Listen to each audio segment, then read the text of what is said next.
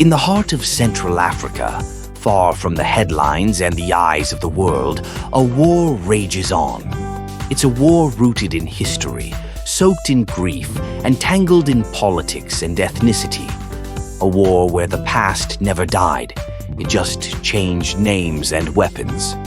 This is the story of the conflict between the Hutus and the Tutsis. Not in Rwanda, but in the Democratic Republic of Congo. A decades-long shadow war that still burns in 2025. To understand the battle today, we must begin with 1994. That year, Rwanda was engulfed in one of the most horrific genocides in modern history.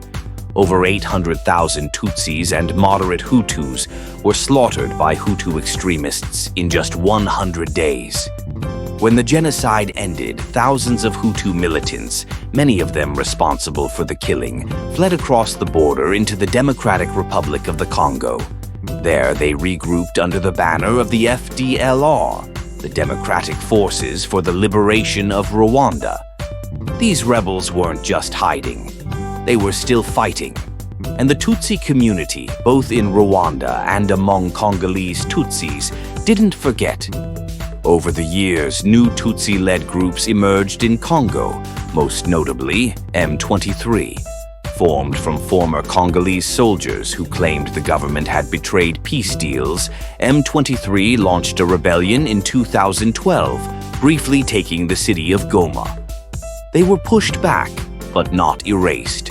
By 2022, M23 returned with more firepower, more support, and a clearer mission: to fight back against the FDLR and protect Tutsi communities in the region. But the question hung heavy in the air: who was really backing M23? Fast forward to 2025. Eastern Congo is a war zone once again. M23 has captured major cities like Goma and Bukavu. The Congolese government is on the defensive. Over 7 million people have been displaced. The United Nations calls it one of the world's worst humanitarian crises.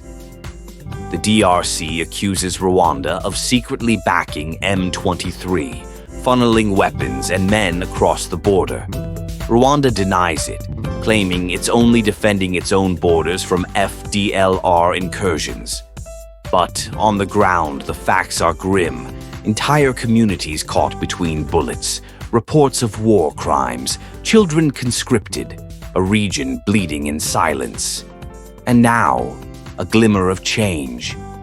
Former Congolese President Joseph Kabila has reappeared, visiting rebel-held Goma. Some say he's trying to broker peace. Others suspect political maneuvering. But as diplomats talk, the people continue to suffer. Families live in fear. Aid convoys struggle to reach the wounded, and a cycle of vengeance born from genocide continues to turn. The war between Hutus and Tutsis in Congo isn't just a local conflict. It's a lesson about what happens when trauma is buried, not healed, when peace is postponed, and when the world looks away. This isn't just history, it's now. If this story moved you, share it. More people need to know. Subscribe for more untold stories from the world's hidden conflicts.